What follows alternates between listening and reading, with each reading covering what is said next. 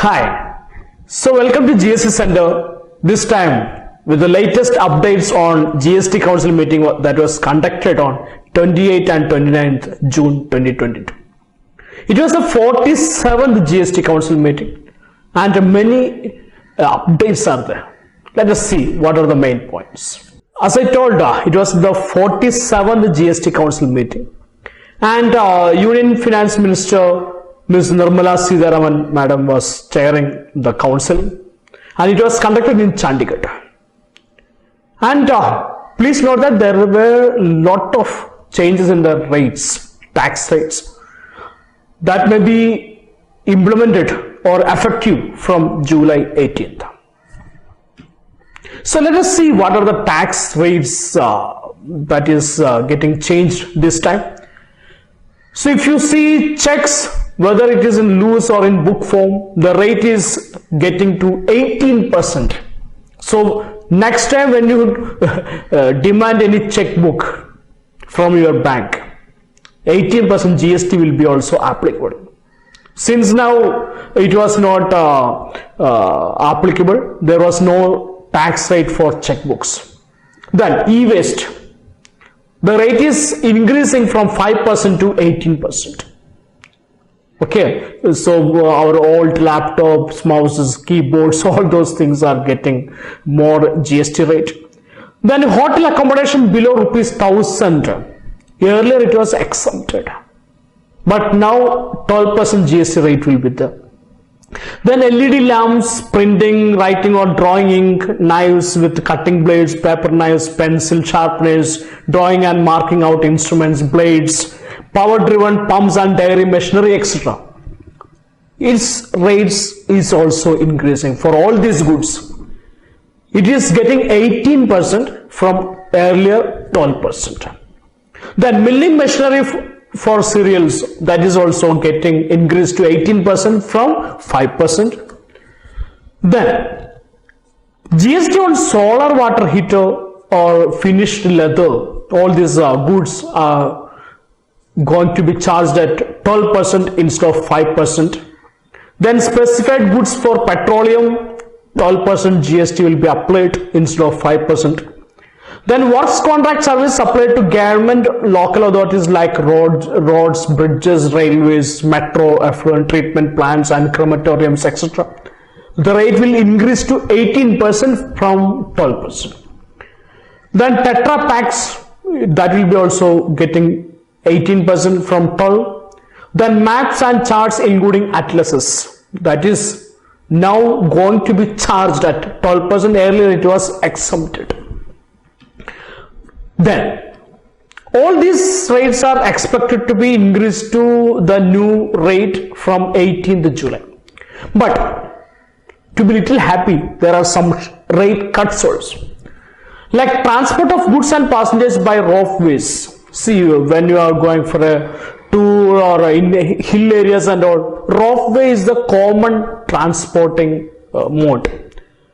So earlier the rate was 18%. But now it is getting to 5%. The GST rate is cut down. Then ostomy appliances 5% from 12%. Then renting of truck goods carriage where the cost of fuel is included, that is getting to 12%. Earlier it was 18% at higher rate, but now it is decreasing to 12%. Then, so there were the rate cuts. Then let us see some exemptions were removed by the GST Council. Okay, earlier the rate was 0. Okay, but now it is going to be charged. Let us see which are these services mainly. Services provided by the Reserve Bank of India (RBI) and the Securities and Exchange Board of India (SEBI). Services rendered by regulators such as RBI, IRD and SEBI. All this will be going to be taxed. Then checks, whether it is in loose or in the book form and covered a GST rate of 18% as I told earlier. Then transport of passengers by air to and from northeastern states, and Bagdogra has now been restricted to economic class. Okay, so it will not be available for business class. The exemption will be available only for the economic class. Then renting of a residential dwelling to business entities. Suppose you have a house and you have given for renting to some business owners, okay, business purpose, then GST will be applicable. Then services by the postal department except postcards, envelopes less than 10 grams is going to be taxed. Then storage and warehousing of taxable goods like sugar, natural fiber, and services like fumigation for warehouses, all these are going out of exemption, means it will be charged. Then business class air travel for northeastern states on road and rail transport when such services are input for businesses. Services by way of slaughtering of animals. Electric vehicles, whether or not fitted with a battery pack, are eligible for the concessional GST rate of 5%. Then, important one, hotel rooms costing less than 1,000 a day. Earlier it was exempted, but now a 12% tax will be levied. Okay, so it is a big change. Then, hospital room rent above rupees 5,000 per day, excluding ICU, a 5% GST will be levied. So, if you are in a hospital, working in a hospital, take care. Then disallow input tax credit refund on account of inverted duty structure in edible oils, coal, etc. So you know what is inverted rate structure. When the input tax rate is more than the output tax rate. Okay, so that is going to be out of exemption for edible oils and coals. Then these were the main changes regarding exemptions. Now, let us come to pre-packaged and labeled food. See, if you go to any shop, mainly food or in seed bakeries and all, okay, seed shops and all. So you can see there will be branded and packaged foods, okay. And it is mainly seen in food industry, whether it is grains or sweets or any other eatables. Okay, so till now the GST was applicable only on the branded goods. Okay, but now what is going to be changed is if it is packed. Okay, if it is packed, then GST will be applicable. It is a big change.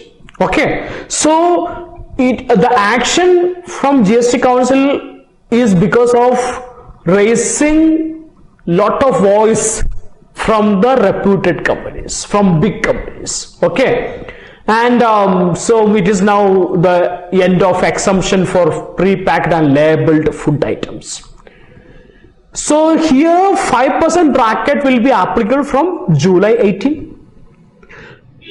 Please note that goods that are unpacked, unlabeled and unbranded will continue to remain exempt from GST. So GST will be applicable only when it is packed, labeled and branded. Otherwise GST will not be applicable.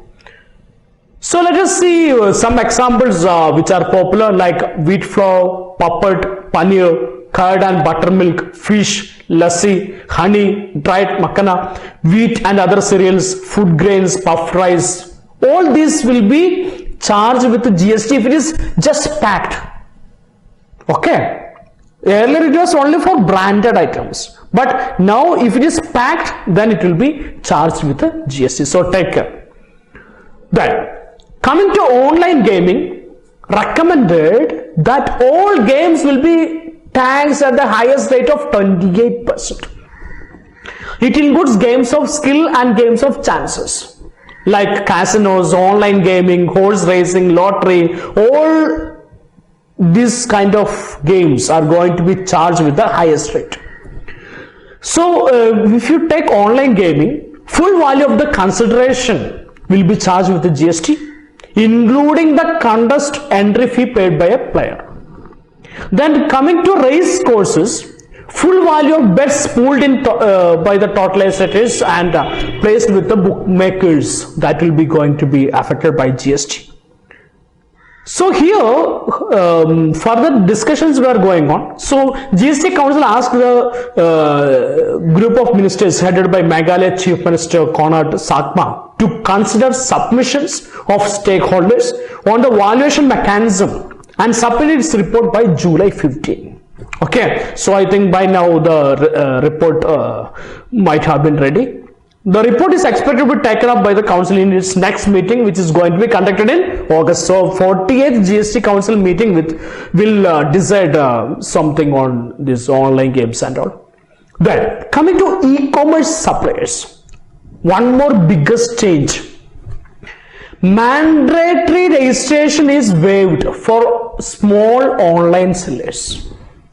Earlier, GST law was telling if you sell anything through e-commerce portals, say you are making some goods and you are trying to sell it through Amazon or Flipkart, then mandatory compulsory registration had to be taken irrespective of the turnover. But this change is going to be effective from January 1st, 2023, means only when you cross the threshold limits, then only you have to take the registration. Okay.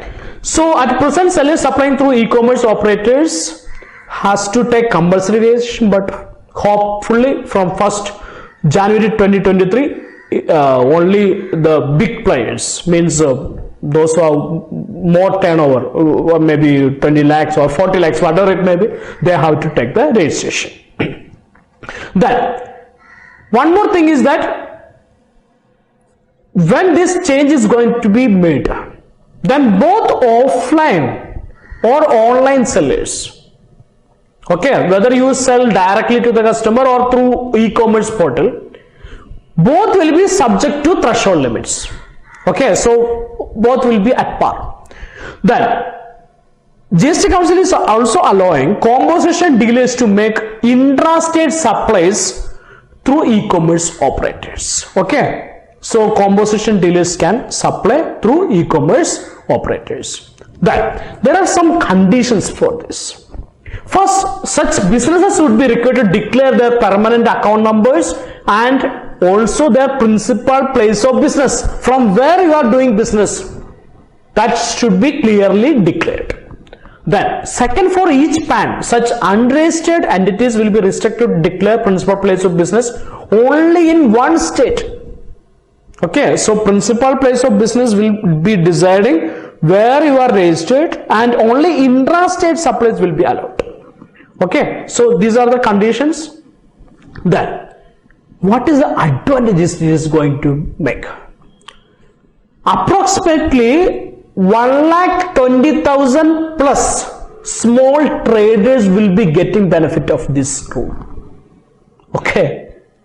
Otherwise, when the compulsory registration was there, it was affecting all small players, all small merchants, those who are intending to sell through e-commerce operators like Amazon, Flipkart, or whatever it is.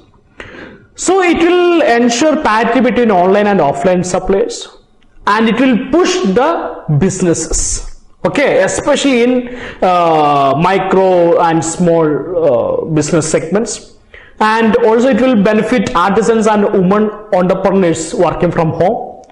Then it will also onboard the smallest MSMEs to the e-commerce platforms. Everybody can come into the e-commerce portals, and it will increase the job opportunities or businesses. Of course, it will boost the economy.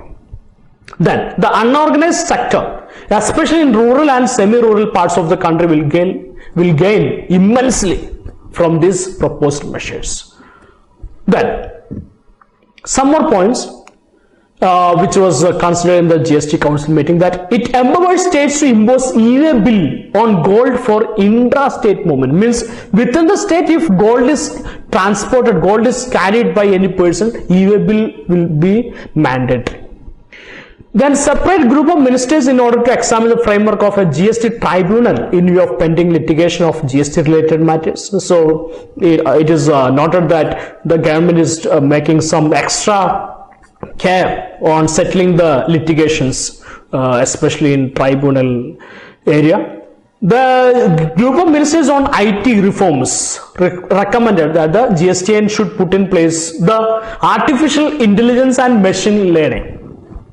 Means if it will help the government to detect any fraudulent activities or prevent it, mainly considering the nature of the applicants. Okay, so all these things were considered. Then coming to compensation cess, and of course last 2 years it was affected by COVID-19. And when GST was implemented in 1st July 2017, the central government had promised to compensate the state governments.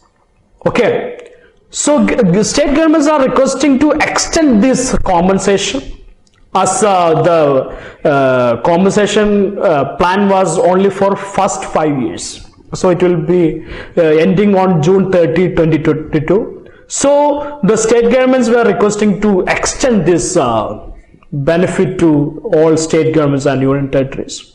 But no decision was taken in this GST Council meeting. Okay, so that was regarding compensation cess. So hope this video is helpful. So stay with the GST Center for latest updates. Okay, we'll be coming out with more videos. Subscribe our channel, like our video, and share with your friends. Thank you.